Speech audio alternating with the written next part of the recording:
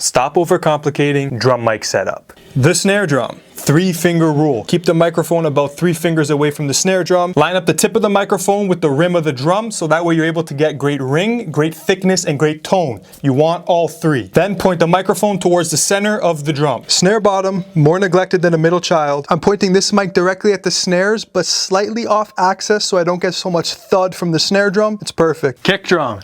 If you're using one microphone, place it halfway into the drum and halfway outside the drum. That way you get great tone, you get great attack, and you eliminate bleed. Nobody wants to bleed. If you use 2 microphones, place the microphone slightly off center and about 1 inch away from the skin. Avoid the center of the drum because it's gonna push too much air into the microphone. And if you got a 3rd kick drum mic, then the best place for that would be right up your ass. Toms. 3 fingers away from the drum, pointed directly to the center of the drum or slightly more towards the rim. Hi-hats, one of the most useless microphones. Have the microphone about 3-4 inches away from the hi-hats and pointed away from the center of the hats, off axis towards the edge of the cymbal. Same exact tip for the rides. Overheads. Use the triangle method. Grab a string, place one side on the center of the snare drum, place your hi-hat overhead 4 feet away from your snare drum, and then place your ride overhead the exact same distance away from the snare drum. 1, 2. That will keep your overheads in phase. Guys, I know I'm gonna get a million comments saying, it's not that easy, it's not that basic, it's more in depth than that, but trust me, learn how to do a basic drum mic setup first and then experiment. If you can master that basic setup and get great tones like that, it will work for 99.9% of your recordings. You'll be thankful later. You can check out my free EQ guide down below